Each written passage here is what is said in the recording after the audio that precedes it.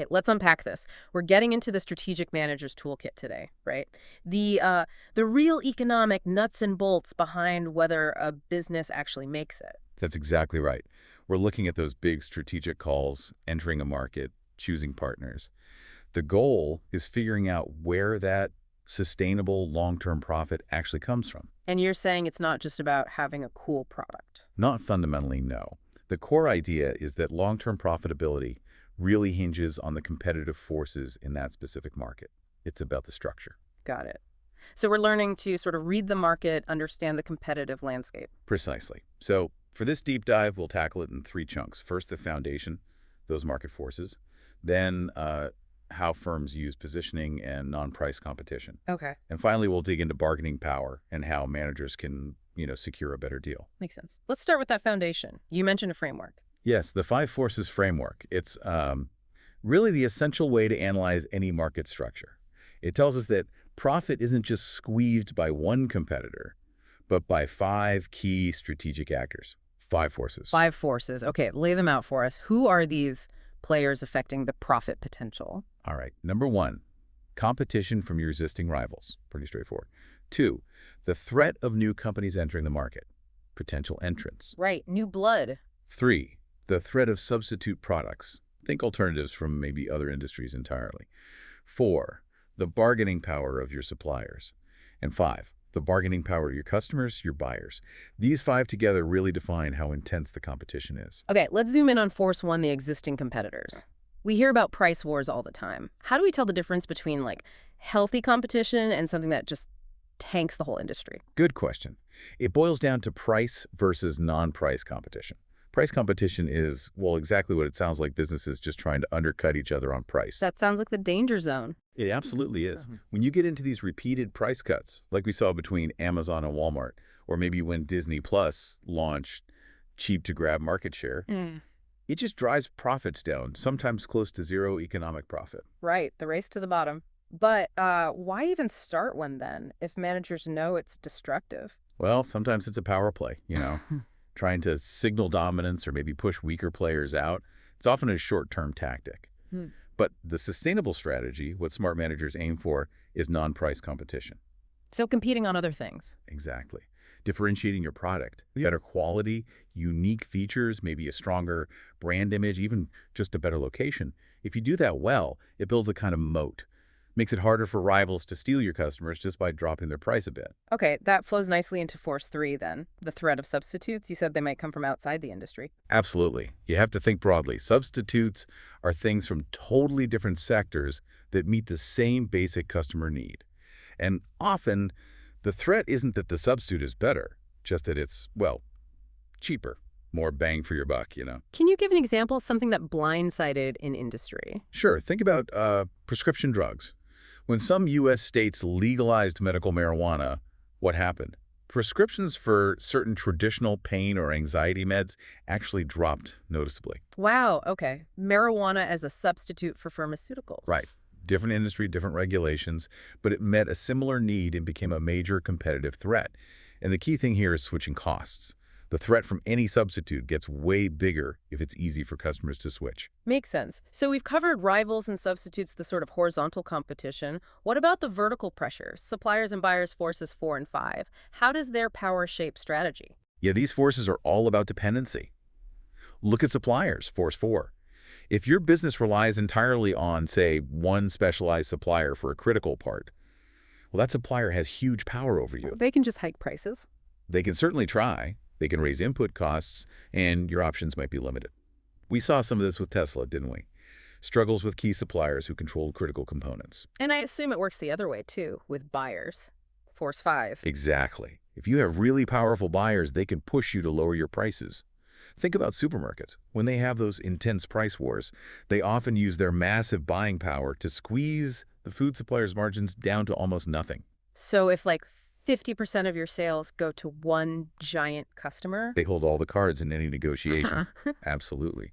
So all these dangers we've discussed, especially how pure price competition can just kill profits, it really highlights why companies need to move towards non-price competition. They need product differentiation. Okay, here's where it gets really interesting for me. We know differentiation is good. But how does having, say, a unique feature or a stronger brand actually give you market power, like mechanically? It's all about changing your demand curve. When you differentiate successfully better quality, service, brand, whatever, you're essentially saying your product fits the needs of certain customers better than the generic option. Yeah, so you create loyalty. Precisely. Loyal customers will stick with you, even if your price isn't rock bottom. This gives you market power. Your demand curve effectively shifts to the right, more demand, and also gets steeper, Steeper meaning. meaning less price sensitive, less elastic.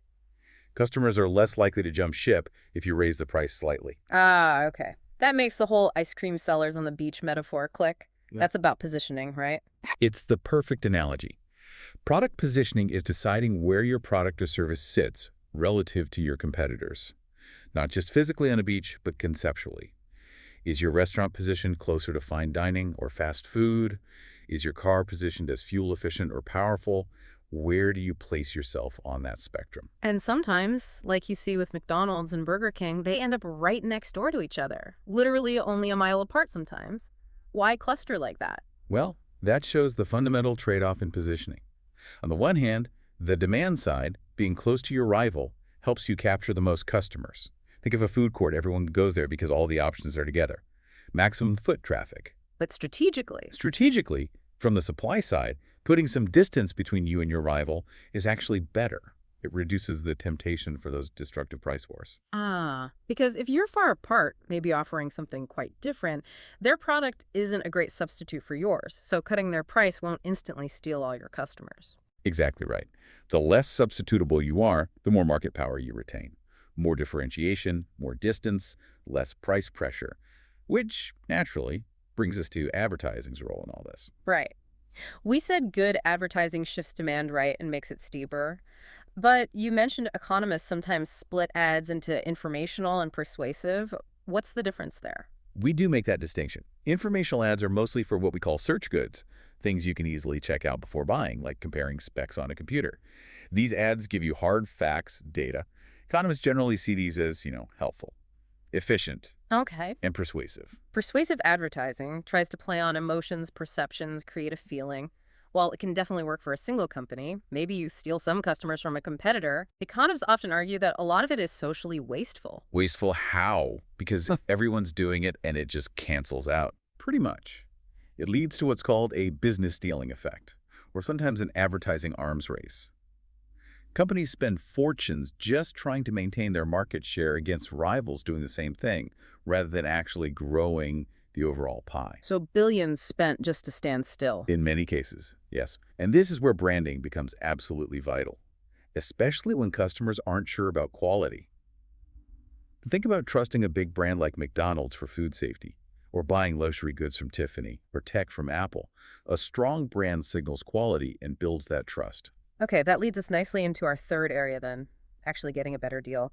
Beyond just having a good product, what strategies can managers use to get more leverage when they're negotiating with powerful suppliers or buyers? Right, bargaining power. It's simply your ability to negotiate a better deal for your side. And the core factor that determines your power is your next best alternative, your NBA. Your fallback option, what you do if this specific deal doesn't happen. Exactly. The better your NBA, the more power you have, because you can credibly say, look, if you don't meet my terms, I have this other good option I can take. You can walk away. The actual negotiation range is usually set between the seller's NBA and the buyer's NBA. So the strategic advice is always try to improve your own fallback options. Always. Actively cultivate those alternatives. But sometimes, businesses have to make investments that tie them very closely to one specific relationship. Maybe specialized equipment that only works for one customer, or intensive training for a sales force focused on one client. That sounds risky. Yeah, how does that create problems later on? That potential problem has a name, the holdup problem. It happens after one party makes what's called a relationship-specific investment. An investment that's worth a lot more if the relationship continues, but maybe not much otherwise. Precisely. Like a supplier building a factory right next to a major customer's plant, tailored to their exact needs. Okay, so one side makes this big specific investment, and the holdup is when the other side realizes this. Realizes the first party is now kind of stuck. And tries to renegotiate the deal, squeeze them for better terms because they know they can't easily walk away anymore. That's the essence of the holdup problem. And it's insidious because even the fear of a future holdup can mess things up. Managers might deliberately underinvest in perfectly efficient specific assets because they're scared of being vulnerable later. Or they might make wasteful investments just to protect their future bargaining position. That sounds really inefficient. So how do companies deal with this? I mean, long-term contracts aren't always perfect, right? Yeah. And building trust takes time. Is there a more definitive solution? Well, contracts and reputations certainly help, but they can be incomplete or fragile. The perhaps ultimate strategic response to mitigate the holdup problem is vertical integration. Bringing things in-house. Exactly. It's the classic make versus buy decision.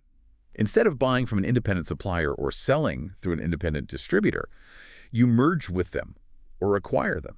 You bring that stage of the production chain inside your own company.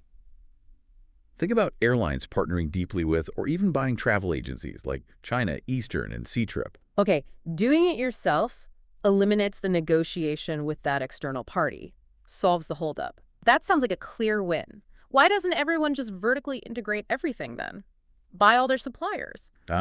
Because there's a significant downside. Vertical integration is essentially the opposite of specialization, and it tends to, well, blunt incentives. How so? Think about it. You take a nimble, focused supplier company, driven by its own profits, and you make it just another division inside a huge corporation.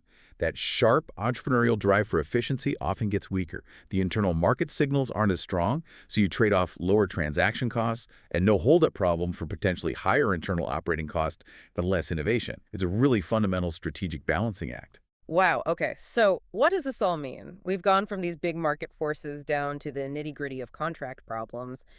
If you had to boil it down, what are the key takeaways for someone trying to think strategically?